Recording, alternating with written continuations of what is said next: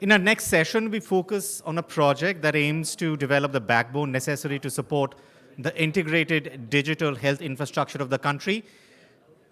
For a conversation on Ayushman Bharat Digital Mission, please welcome Basant Garg, Additional Chief Executive Officer of the National Health Authority.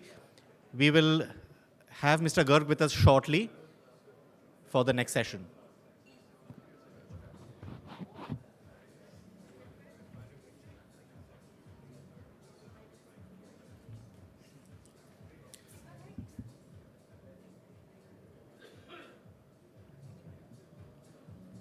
Ladies and gentlemen, please take your seats. We are beginning the next session with Mr. Basant Garg, Additional Chief Executive Officer of National Health Authority. Mr. Garg.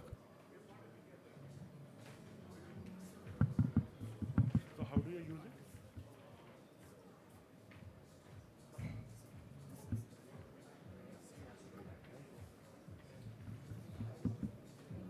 it?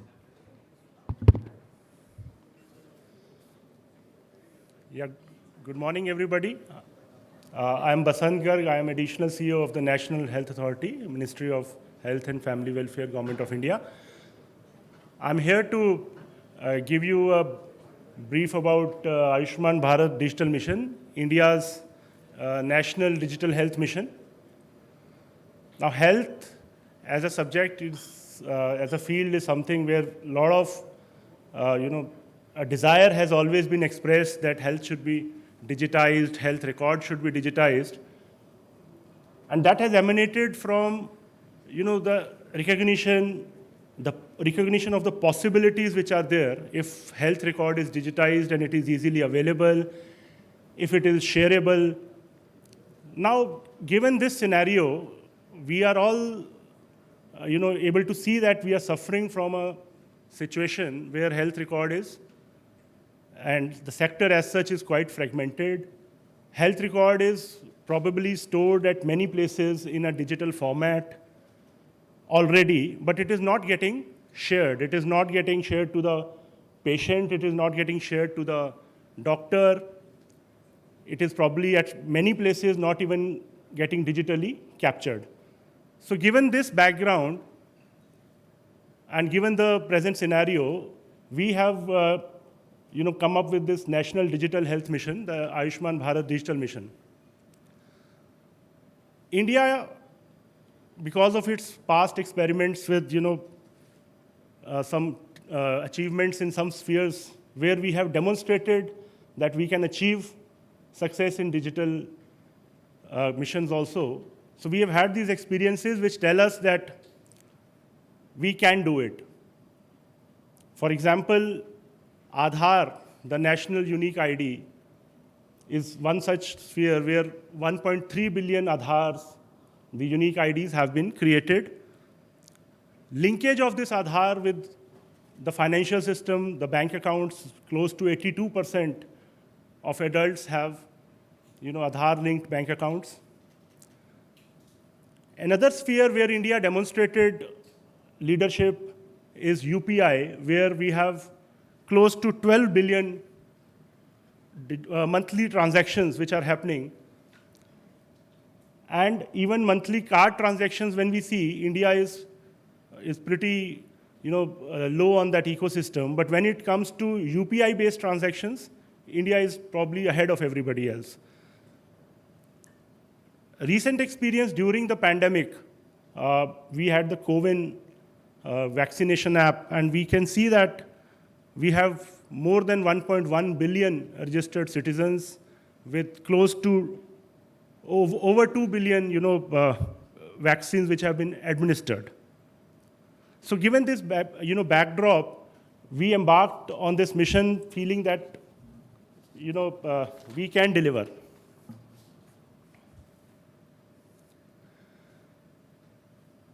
The solution which we tried in this whole construct is we were trying to promote low-cost digital health solutions. Along with this, we have to enable interoperability, wherein health records can be shared across platforms. And we came up with the Ayushman Bharat Digital Mission. Now, what all is digital health? We know there is a lack of infrastructure, there is a lack of resources, availability of hardware, software, we know all that. There is a behavioral change which is required. There is a disinclination to use technology. So we've been getting this feedback from health service providers wherein there is a general reluctance to adopt digital means of prescription, digital means of sharing data, wherein people tell us that, doctors tell us that they need a basic, face time with the patient, without which there is no empathy, and they are constrained to provide their services on using digital means. On a technology front, there is lack of interoperability. There are fragmented and siloed systems. Of course, there is a lack of standards. We are trying to overcome this. And then there are issues, trust issues, there are privacy issues, security issues. Again, this has been highlighted during our conversation with these various stakeholders. There's a fear of the state, and there's a fear amongst all the stakeholders regarding financial exploitation and all that. So these are the problems, and this leads to poor adoption of digital health. And all the key stakeholders, citizens, patients, healthcare providers, governments, the health tech companies which are coming up with solutions. So these stakeholders we are engaging with, they are giving us this feedback. Based on this feedback, we have developed some basic principles on which we are designing the mission. We are, regarding the first point, that we are promoting low-cost technologies. So we have these principles on which we are designing these technologies. So completely cloud-based to ensure scalability, to ensure security. India has used, there's a behavioral change in the population where people are using QR code-based transactions. So we have developed it around QR-based consent. Sorry. Also, we are adopting standards which are, making this system interoperable. We are developing better user interfaces.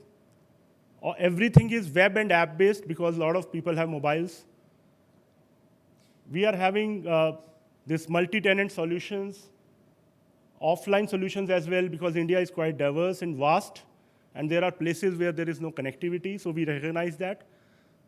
It's all modular, and it is microservices based. So these are the basic principles on which we have developed this system. The second solution is enabling interoperability and how we are achieving it. So we have set out to develop 3 main digital public goods. We are populating our 3 registries. We call it the Ayushman Bharat Health Account. Ayushman Bharat Health Account, or ABHA, is a unique identity, health identity for every citizen of India. So we are targeting 1.3 billion Ayushman Bharat health accounts, wherein there is a unique identity to every citizen. Of course, it is linked to Aadhaar, which forms the basis of the KYC. The second registry which we are populating is the health facility registry, wherein every health facility, maybe a hospital, a large hospital, a public hospital, private hospitals, or even single doctor clinics, laboratories, all health facilities will be populated, they'll be recognized, and they'll be on this registry. And the third one is health provider registry, the HPR, wherein all doctors, all nurses, various other different systems of medicines, allied HPR, so everybody will be populated here, and we are creating these 3 digital public goods. And we are developing this health information exchange and a consent manager. So this, to address the issues of consent and privacy. So we are also developing this, wherein the gateway uses these registries, and the information can flow from a health information user to a health information provider. So there are users which are public health programs. There are doctors, diagnostic centers. So these are the health information providers, and then there are health information users, which are again public health programs, doctors and hospitals, citizens. So a health information user could very well, in one instance, be a health information provider as well. And we are using the FHIR standards for this information to flow. One thing which I would like to highlight is that whatever information flows from a provider to a user, that information doesn't flow through any government setup in a way that we are not capturing or storing that information. It is a flow of information. We are just providing a gateway. We are just ensuring interoperability. So I'll just briefly tell about the technology stack. What ABDM actually aims to achieve is for a citizen to be able to discover his old record, to be able to link his record to his Aadhaar ID, and to be able to share it to his doctor or to a medical facility. So that is taken care of that by the gateway of Health Information Exchange and Consent Manager, wherein we have the Personal Health Record application, the PHR app, and an HMIS, which are the systems which are the user applications, and they give services like health data sharing with consent. Health data collection is there. So that is one gateway. The other major thing which ABDM achieves is the UHI, the Unified Health Interface, wherein the user applications such as any end user application, and there are health systems applications. So they are using this UHI to provide services like telemedicine, better discovery and visibility for doctors.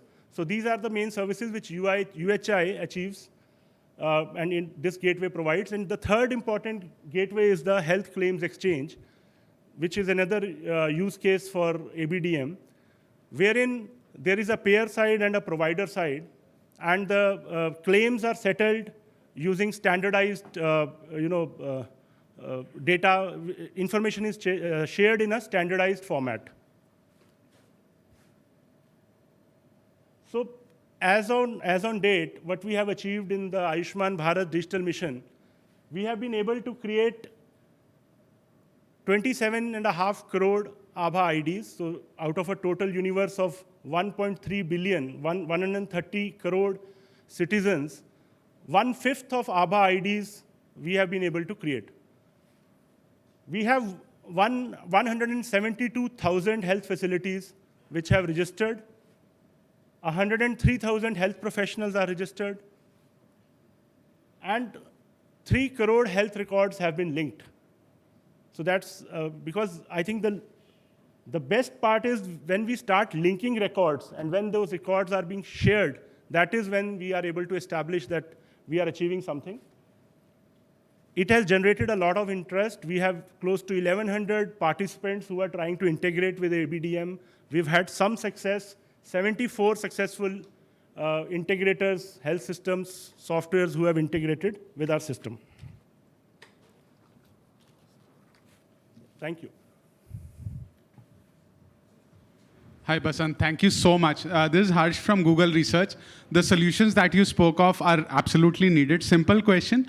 How much of that would NHA sort of build in-house, and how much of that is the ecosystem play with both the startups as well as there are like corporates like us building the base layer? So just want to... Yeah. So in fact, the approach for NHA and for Government of India has been to only create an ecosystem to demonstrate that this is possible and leave the field open for innovation, leave the field open for private players. We are at no instance we are creating, we are not competing with the private sector. Government of India is creating reference apps. We are just demonstrating that this is possible, and we are creating the ecosystem. At no instance we want to take the space and the innovation, and we don't want to step into that. My question is more, this is R.K. Mishra from Carnegie, India, about the adoption. I know Aadhaar, of course, was reasons and because of which everybody had to adopt or decided to adopt. And COVID was, of course, necessary because of the pandemic. What makes you think, and I think it's a very important question because more it gets adopted, better it gets, and then real value gets derived.